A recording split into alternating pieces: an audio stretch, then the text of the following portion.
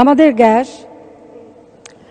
American company উত্তোলন করছে, সেই গ্যাস তারা বিক্রি করতে চাইলে ভারতের কাছে। আমি সেটা আপত্তি করেছিলাম নির্বাচনের আগে। এটা নিয়ে অনেক কিছু হয়, যা হোক খালেদা জিয়া গ্যাস বিক্রি করতে রাজি হয়ে যায় এবং সেইভাবে মুচলেকা দেয়।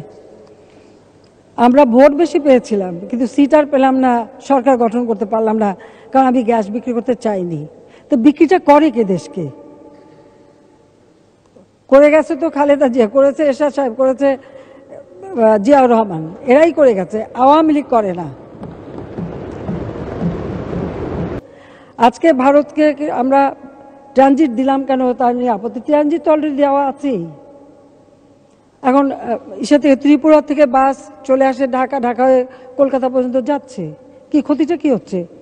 বরং আমরা রাস্তার ভাড়া পাচ্ছি, সুবিধা পাচ্ছে আমাদের দেশের মানুষ, আমরা কিছু অর্থ উপার্জন করছি।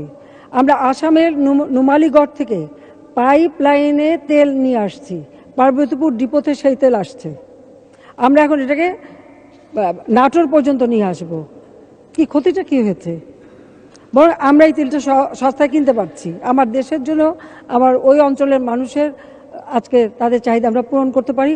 উত্তরবঙ্গে কোনো ইন্ডাস্ট্রি হয়নি, এখন ইন্ডাস্ট্রিয়ালাইজেশনের জন্য আমি যেতে পারি এবং বিদ্যুৎ উৎপাদন করার সেই কেন্দ্র আমরা নির্মাণ করেছি। আমরা নিজেদের দরজা তো বন্ধ করে রাখতে পারি না, এটাই তো কথা।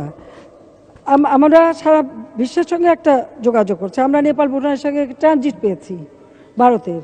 এটা তো কোনো একটা দেশ না, এটা একটা আঞ্চলিক ট্রানজিট সুবিধা এবং যোগাযোগের সুবিধা করার জন্য করা হয়েছে। এই কথাগুলো আমি মনে করি এত বেশি কথা হচ্ছে যেগুলো আমাদের বলা উচিত, সেই জন্যই আমি এটা বললাম। মাননীয় স্পিকার, আর গণতন্ত্রের কথা তো আমি বললাম যে এতদিন পর্যন্ত গণতন্ত্র তো ক্যান্টনমেন্টে বন্দী ছিল, রাত্রে হতো কারফিউ।